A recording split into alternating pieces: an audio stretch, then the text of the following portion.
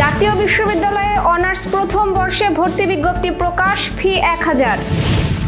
Video viral, Shahjahan চৌধুরীকে ক্ষমা চাইতে বললেন বিএনপি, জামায়াত বলছে বক্তব্যটি ব্যক্তিগত। মজলুম জালিম হচ্ছে, ফ্যাসিবাদ বিরোধীরা ফ্যাসিবাদী হচ্ছে, বললেন উপদেষ্টা মাহফুজ। ভূমিকম্প আতঙ্কের মধ্যেই এবার ঘূর্ণিঝড়ের আভাস।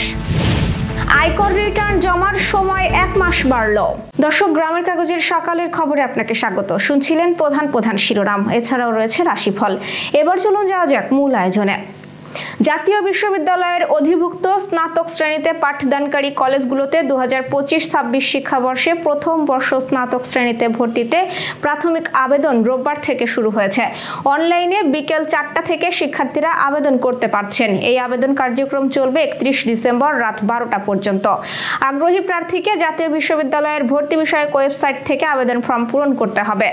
গতকাল রোববার জাতীয় বিশ্ববিদ্যালয়ের এক বিজ্ঞপ্তিতে এই তথ্য জানানো হয়। ভর্তি পরীক্ষার সময় ও কেন্দ্রের তালিকা পরবর্তী সময়ে প্রকাশ করা হবে। শিক্ষার্থীদের প্রাথমিক আবেদন ফি বাবদ 1000 টাকা আবেদনকৃত কলেজ কর্তৃক নির্ধারিত মোবাইল ব্যাংকিং এর মাধ্যমে অথবা সরাসরি 2026 সালের 4 জানুয়ারির মধ্যে অবশ্যই জমা দিতে হবে। আবেদনকারীকে অবশ্যই ভর্তি নির্দেশিকায় দেওয়া সব শর্ত মেনে অনলাইন আবেদন ফর্ম পূরণ করতে হবে।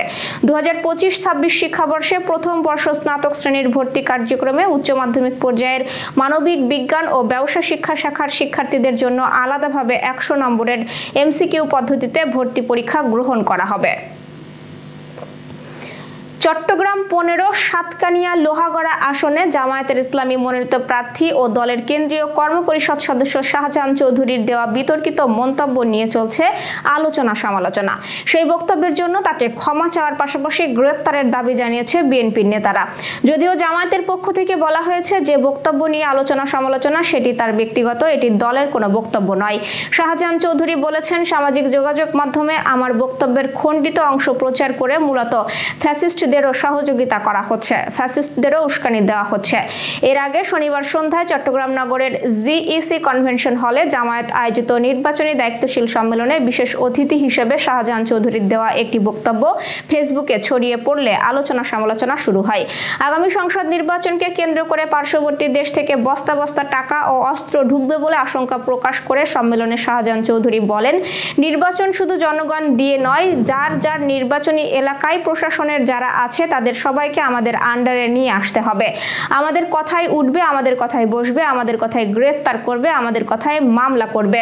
যার যার নির্বাচনী এলাকায় প্রাইমারি স্কুলের মাস্টারকে দাঁড়িপাল্লার কথা বলতে হবে। উচ্চ মাধ্যমিক বিদ্যালয়ের সমস্ত শিক্ষক নুরুল আমিন ভাইয়ের ফটিকছড়িতে দাঁড়িপাল্লার কথা বলতে হবে। পুলিশকে আপনার পেছনে পেছনে হাঁটতে হবে।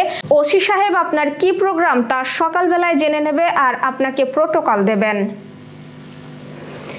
মজলুম জালিম হচ্ছে, ফ্যাসিবাদ বিরোধীরা ফ্যাসিবাদী হচ্ছে বলে মন্তব্য করেছে তথ্য উপদেষ্টা মাহফুজ আলম। রোববার রাতে নিজের ভেরিফাইড ফেসবুক আইডিতে দেওয়া এক পোস্টে এই মন্তব্য করেন তিনি। মাহফুজ আলম তার পোস্টে বলেন, মজলুম জালিম হচ্ছে, ফ্যাসিবাদ বিরোধীরা ফ্যাসিবাদী হচ্ছে। পুরা পরিস্থিতি হতাশা ও ক্ষুব্ধতার। তিনি বলেন, জুলুমকে ইনসাফ দিয়ে, সহিংসতাকে দরদ দিয়ে প্রতিস্থাপন না করে যারা নতুন মাত্রার জুলুম ও সহিংসতা করে বেড়াচ্ছেন তারা ফ্যাসিবাদের পুনর্জাগরণের জন্য দায়ী থাকবেন। সমাজের রাষ্ট্রীয় চিন্তা ও আচারের বৈচিত্র্যকে বাধাগ্রস্ত করলে ফ্যাসিবাদ পুনঃপ্রতিষ্ঠিত হবে এবং জুলাই বিপ্লব ব্যর্থ হবে। তিনি আরো বলেন, তাসাউপপন্থী, ফকির, বাউল সহ সব ভিন্ন মতাবলম্বীর ওপর সব ধরনের জুলুম বন্ধ হোক। ভূমিকম্প নিয়ে সারা দেশে মানুষের আতঙ্কের মধ্যেই এবার ঘূর্ণিঝড়ের আভাস দিয়েছে আবহাওয়া অফিস। পূর্বাভাসে বলা হয়েছে, দক্ষিণ আন্দামান সাগর ও তৎসংলগ্ন এলাকায় সুস্পষ্ট লঘুচাপ অবস্থান করছে। এটি পশ্চিম উত্তর পশ্চিম দিকে অগ্রসর হয়ে আরো ঘনীভূত হতে পারে এবং আজ সোমবার নিম্নচাপে পরিণত হতে পারে। এরপর সেটি গভীর নিম্নচাপের রূপ নিয়ে পরিণত হতে পারে ঘূর্ণিঝড়ে। রোববার সন্ধ্যায় আবহাওয়া অধিদপ্তরের আবহাওয়াবিদ ডক্টর ওমর ফারুক এই তথ্য জানান। তিনি বলেন, এখন যে সুস্পষ্ট লঘুচাপটি রয়েছে এটি ঘূর্ণিঝড়ের রূপ নেওয়ার যথেষ্ট সম্ভাবনা রয়েছে এবং এটি সোমবার নিম্নচাপে রূপ নেবে। সম্ভাব্য ঘূর্ণিঝড়টি কোথায় আঘাত হানবে জানতে চাইলে তিনি বলেন, ধারণা করা হচ্ছে এটি ভারতের ওড়িশা, অন্ধ্রপ্রদেশ কিংবা আমাদের চট্টগ্রাম দিয়ে উপকূল অতিক্রম করতে পারে। সেক্ষেত্রে ভারত ও বাংলাদেশ দুদেশের ওপরই প্রভাব পড়ার সম্ভাবনা রয়েছে। গভীর নিম্নচাপ হলে আরও নিশ্চিত করে বলা যাবে। ব্যক্তি শ্রেণীর করদাতাদের আয়কর রিটার্ন জমার সময় 1 মাস বাড়িয়েছে জাতীয় রাজস্ব বোর্ড এনবিআর। রোববার এক বিশেষ আদেশের মাধ্যমে এই সময় বাড়ানো হয়। আদেশ অনুযায়ী আগামী 31 ডিসেম্বর পর্যন্ত আয়কর রিটার্ন জমা দেওয়া যাবে।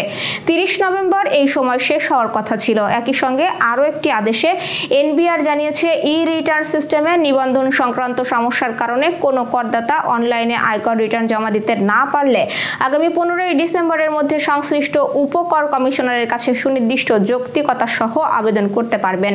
এবছর এখন পর্যন্ত 18 লাখের বেশি করদাতা অনলাইনে ই-রিটার্ন দাখিল করেছেন। দর্শক, এবার চলুন জেনে নিই কেমন যাবে আপনার আজকের দিন অর্থাৎ 24 নভেম্বরের সম্ভাব্য রাশিফল। মেষ রাশির আজ মানসিক শান্তি বাড়বে, নতুন পরিকল্পনা বাস্তবায়নের সুযোগ আসবে, প্রেমে ইতিবাচক অগ্রগতি দেখা যাচ্ছে এবং আর্থিক দিক ভালো। বৃষ রাশির কাজের চাপ বাড়তে পারে, তবে ফল ভালো মিলবে। পারিবারিক বিষয়ে দায়িত্বশীল হতে হবে এবং অপ্রয়োজনীয় খরচ এড়িয়ে চলুন। মিথুন রাশির যোগাযোগের সৌভাগ্য আপনার পক্ষে থাকবে, ভ্রমণের যোগ আছে, বন্ধুদের সহযোগিতা পাবেন এবং প্রেমে ভুল বোঝাবুঝি হতে পারে। কর্কট রাশির আয় বাড়ার সম্ভাবনা রয়েছে, কর্মক্ষেত্রে সম্মান বৃদ্ধি পাবে, পরিবারের কারোর জন্য ব্যস্ত থাকতে হতে পারে এবং স্বাস্থ্যে সতর্ক থাকুন। সিংহ রাশির নিজেকে প্রকাশ করার দিন আজ, গুরুত্বপূর্ণ পদক্ষেপ নিলে লাভ হবে, সম্পর্কের ক্ষেত্রে কোমল থাকা জরুরি। কন্যা রাশির আজ আত্মবিশ্বাস কমে যেতে পারে, গোপন সংবাদ বা সুযোগ আসতে পারে, আর্থিক বিষয়ে বিচক্ষণ থাকতে হবে। তুলা রাশির বন্ধু সহকর্মীদের সাথে কাজের নতুন দিগন্ত খুলতে পারে, সম্পর্ক ভালো থাকবে এবং অর্থপ্রাপ্তি হতে পারে। বৃশ্চিক রাশির ক্যারিয়ারে বড় সিদ্ধান্তের সময়, কর্তৃপক্ষের প্রশংসা পেতে পারেন, পরিবারের সাথে সময় দিন। ধনু রাশির ভাগ্য আজ খুব সহায়ক, শিক্ষা, চাকরি, বিদেশ সংক্রান্ত কাজে অগ্রগতি হবে এবং নতুন কিছু শেখায় ভালো সময়।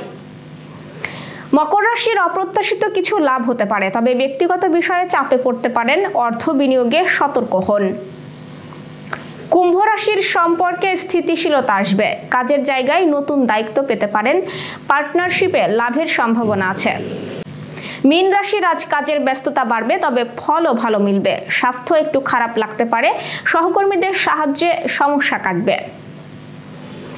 দর্শক, এই ছিল এখনকার আয়োজন। আগামীকাল ঠিক একই সময়ে সকালের খবর দেখতে ও জানতে চোখ রাখুন গ্রামের কাগজের ইউটিউব চ্যানেল ও ফেসবুক পেজে। আর প্রতিদিনের খবরের আপডেট পেতে গ্রামের কাগজের ইউটিউব চ্যানেল সাবস্ক্রাইব এবং ফেসবুক পেজ ফলো করে রাখতে ভুলবেন না।